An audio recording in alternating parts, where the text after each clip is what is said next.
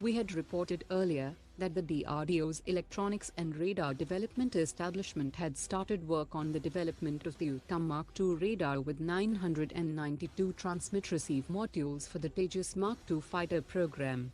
Fresh tenders has been issued, which mentions that the UTAM Mark-2 ASO antenna will be mounted on a swash plate repositioner that will enable the antenna to rotate to the left and to the right, that will increase its field of view, and this will come as a huge benefit during beyond visual range engagements.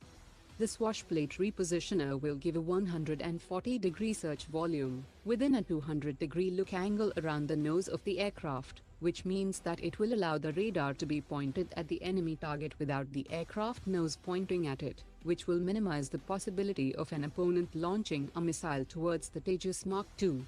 The swash plate will also allow the Tejas Mark-2 pilot to take a beyond visual range missile shot and then turn 90 degrees, and it can still give mid-course updates to the fired missile.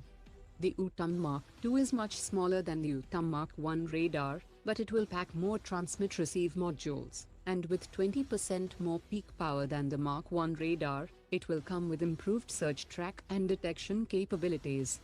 The Tejas Mark-2 is expected to enter flight trials in 2023, and this timeline also allows the UTAM Mark-2 radar to get matured, and will form the baseline for the further scaled up and improved radar for the Su-30 and the AMCA fighter jet.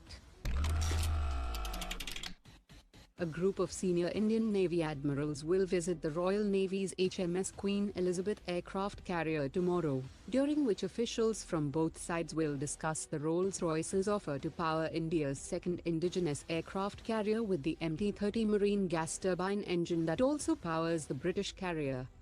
The INS Vishal is expected to have a similar displacement, and will be carrying a similar aviation complement of 50 to 60 aircraft like the HMS Queen Elizabeth.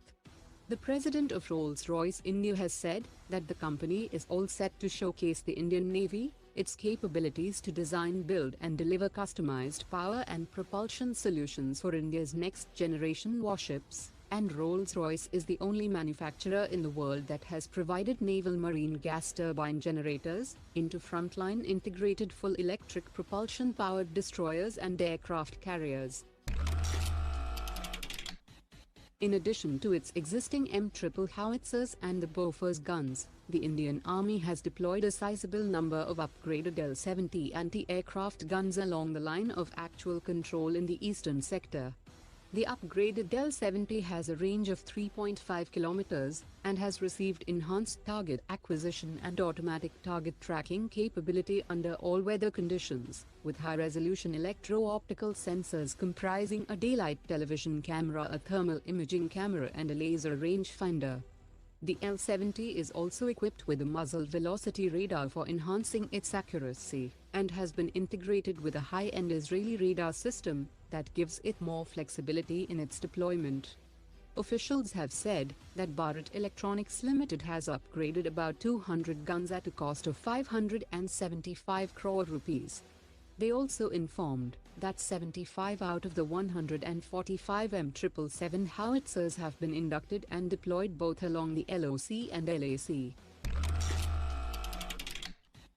Defence Minister Rajnath Singh has launched a web-based project monitoring portal for military engineer services that will enable real-time monitoring of projects from inception to completion.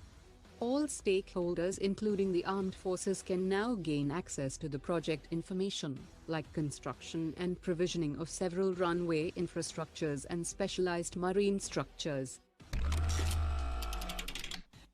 Turkey is at risk of losing billions of dollars in revenue, as the Financial Action Task Force is preparing to place Turkey on a grey list of countries like Pakistan and Syria. This move is expected to deal a heavy blow to Turkey's fragile economy, as its currency already recording record losses against the US dollar, and according to calculations, a 3% decline would be equivalent to a loss of about $23 billion.